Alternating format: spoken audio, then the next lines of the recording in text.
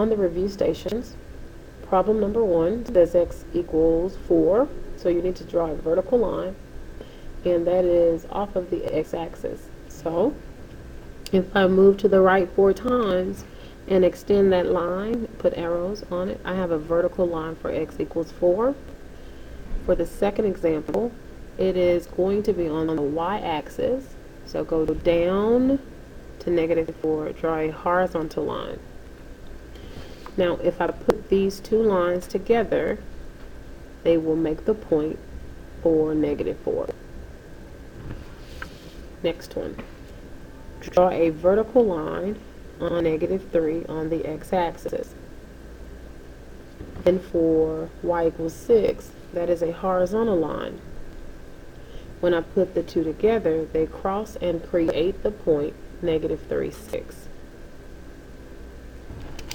Now on this bottom one, it's a little difficult because you see x equals 0, and I know you want to draw this line, but that is y equals 0.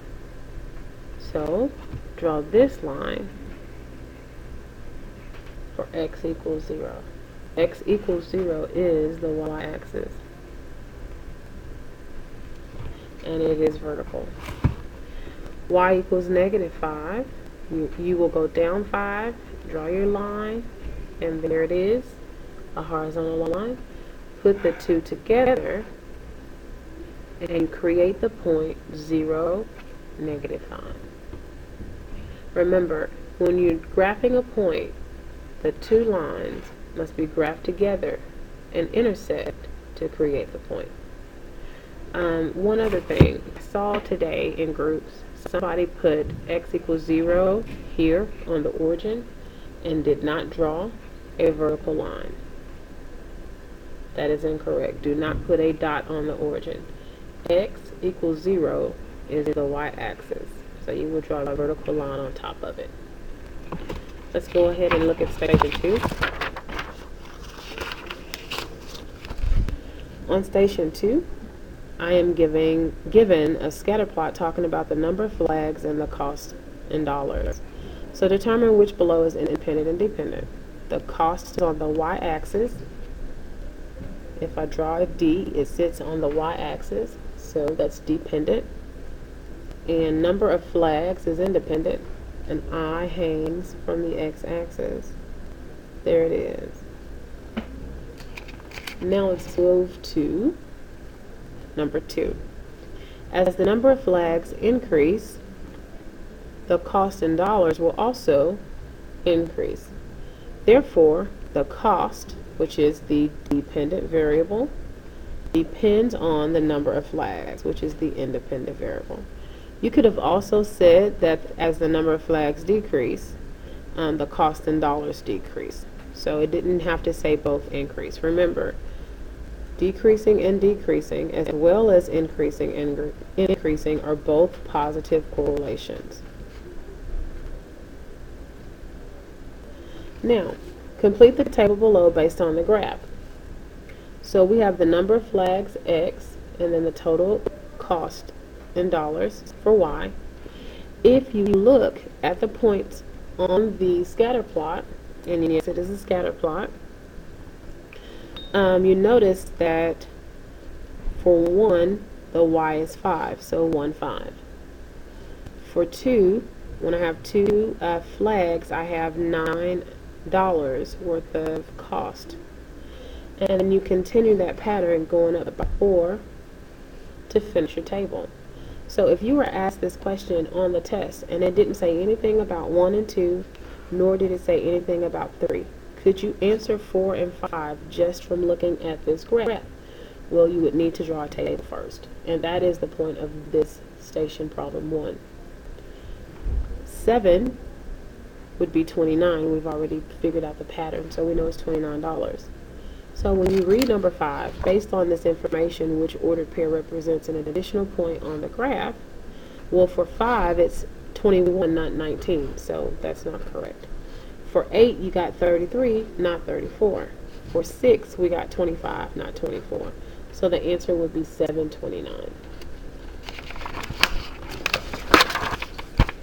Station 2, problem 2. The free throws attempted, that is on the x-axis, and remember I hangs from the x, so I is independent, so the free throws attempted would be independent. Free throws made is dependent, so y has a d that sits on it. Therefore, free throws made is dependent. Complete the statements. Okay, as the number of free throws attempted increase, the free throws made also increase. You could have also said, as the number of free throws decrease, so do the free throws made decrease. Now, therefore, the free throws made, which is your dependent, depends on the free throws attempted, that is your independent. So draw a trend line. Okay, here's my trend line. And predict. Well, based on the trend line in the data, how many free throws would a player be expected to make if he attempted 60 free throws? Well, attempted 60 free throws, that means I go to the x-axis and look for 60.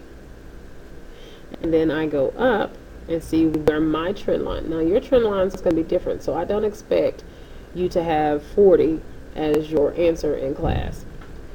But 60 is here.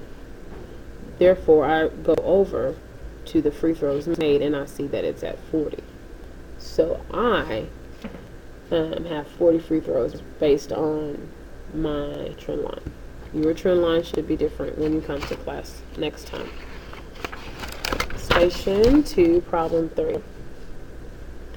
So as the number of presentations she made increased, the number of cookies a presenter had left, it decreased.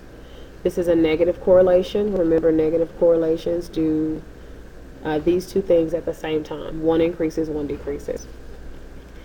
Therefore, the number of cookies, which is your dependent variable, depends on your independent variable, which is the presentations made. So draw your trend line. And I did, and you draw it right through the middle.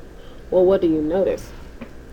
Because it's a pattern, some scatter plots, when you have a pattern, it's going to go straight through all the points. And yes, it is still a scatter plot because I have destinations, okay? And I'm not including the information between it. I'm drawing this trend line here to make other predictions if need be. Number 4, what does the point 60 of the graph represent? Go ahead and change this word to when you're in class if it's not already done. But we read letter A and it says the number of cookies the presenter had before making any presentations. Well, the number of cookies is Y. And the presentations made, that's X. And this says that 60, which means she had 6 presentations and no cookies left.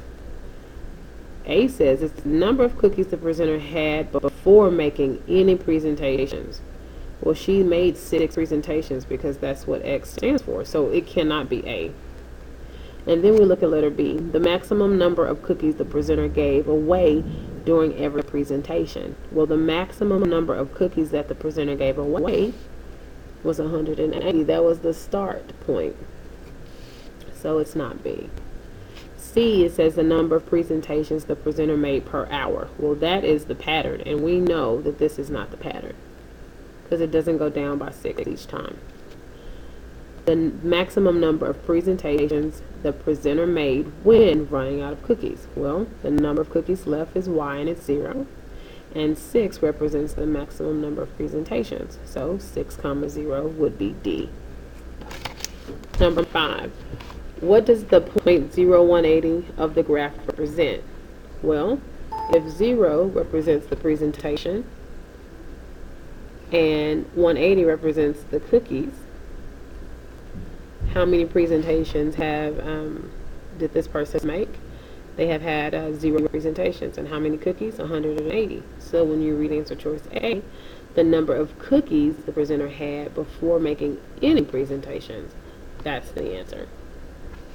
Now when we read number 6, it told us to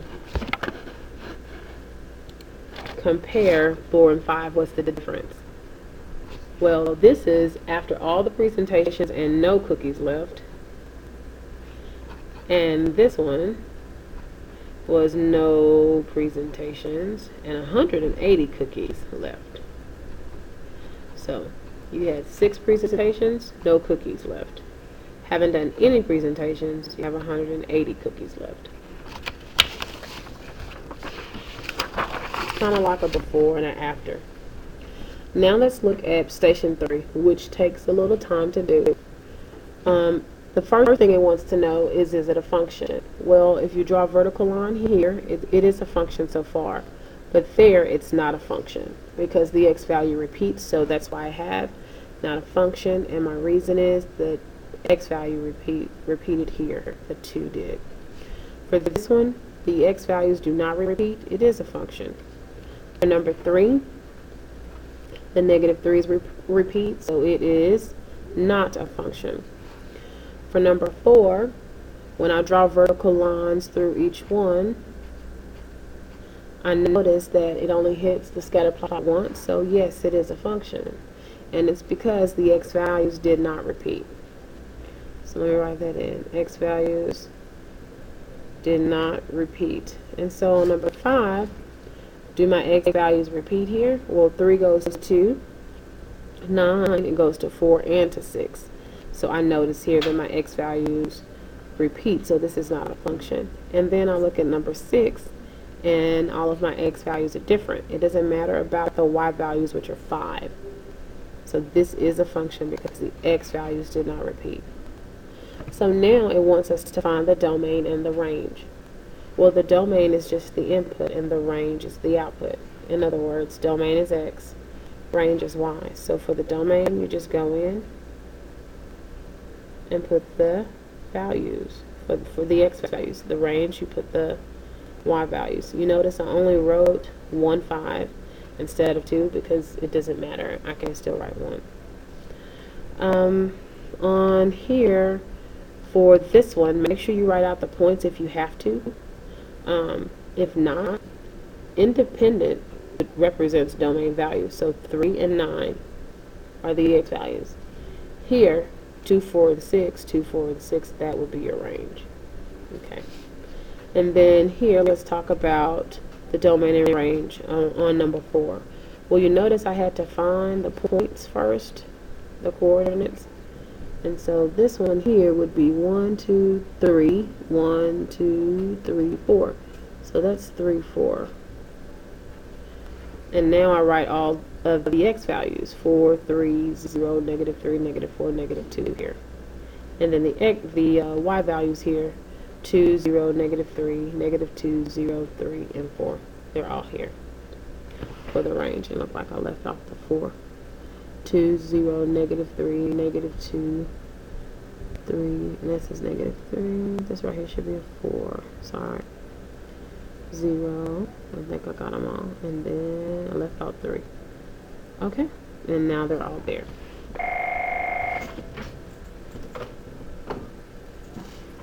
Now I'm going to leave 1, 2, and 3 for you to do. I'm going to go ahead and talk about 7, 8, 9, and 10. Each x value has one y value. Is that a function, yes or no? Remember, x would represent the boy, and y value would represent the girl. So, you would say, every boy needs only one girlfriend, and this is what it says, so that's true. One y value is mapped to one x value. So, does it matter what the y value does? No, it doesn't. So, this is false. This doesn't tell me if it is a function or not. Number 9, each input value has exactly one output value. Input represents x, and the x's represent the boys, so the boys should be with just one y, meaning one girl. And is that true? Yes. The range, which is the y, or the output, values are assigned to exactly one domain. Domain is x. That's the input. Does it matter what happens there? No, it doesn't. So this doesn't tell me if it is a function or not. So 7 and 9 are the ones that say it is a function. On number 1, I'll go over 1 and number 2. I have to first find the starting point, and the starting point is not shown. So I have to find it here, when x is 0. The pattern, however, is going up by 10, so I need to go back 10, which would put me at 5, which is how I got this answer. Pattern is the same as slope, and starting point is the same as y-intercept. So now let's take and predict at 10. So take the 10, put it inside of the x. What do you get? 105.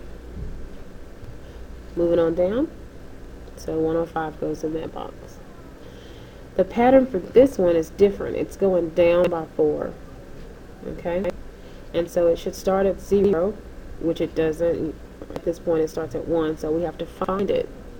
And you shouldn't have a 0 there. You have to go back 4. And when you go back 4, if you're having problems with that, use a number line. This would be 0, 1, 2. This would be negative 1, negative 2, negative 3. And so you could go to negative 2, which is here, and then move 4 times. 1, 2, 3, 4. You're now at 2. And so that gives you the starting point 2. To get and predict whatever you want to predict, pick up an x value. I picked 6. So put 6 right here in that x spot. And so negative 4 times 6 is negative 24. Add 2 to it, you get negative 2.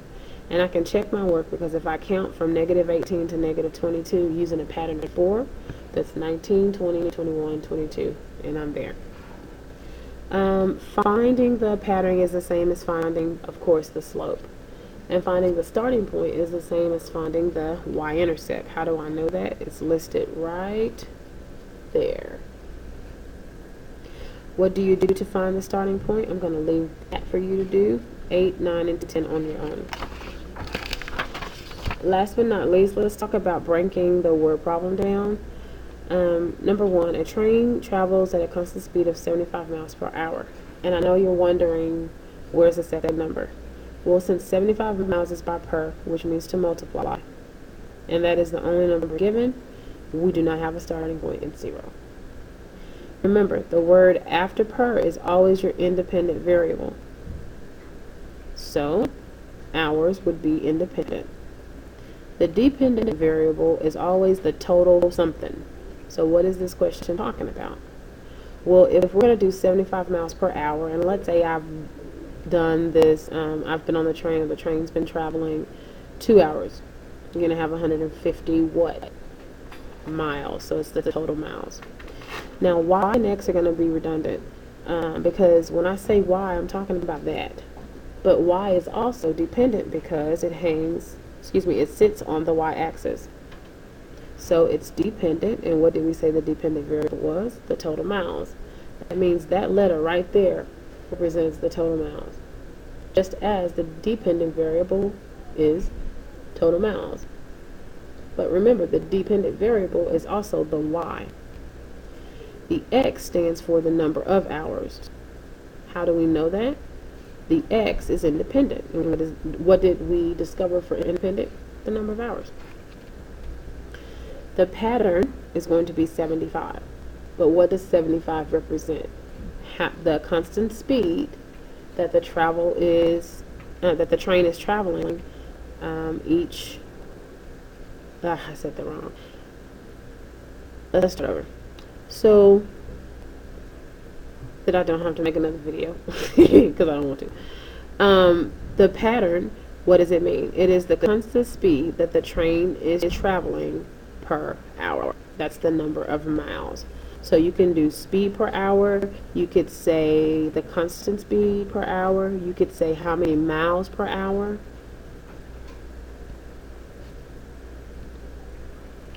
And that would be it. It's such a messed up at the end of the video, but I'm not doing this over. So, number 2, to rent a van and moving company. This word is missing, so go ahead and put the word charge between company and 30 when you're in class, plus 50 cents per mile. So since this is next to per, that means that is the slope. It goes first, and then 30 goes at the end. That is your starting fee. See, I have two numbers here, so I didn't have a starting point as 0 like I did in the last problem. Remember, the word after per is independent, so that's your independent variable, and the dependent variable is the total something. So total what? What is this talking about? To rent a van, a moving company is going to charge. When it says charge, it's always going to be total cost. So that's how much you have to pay to rent a van. Now remember, Y is this number, and so, or this letter. And Y is dependent. How and why? Because it sits on the Y-axis. And since Y is dependent, what did we say about dependent? It's the total cost to rent the van. Same thing. What does X stand for? X stands for independent because it hangs from the X-axis.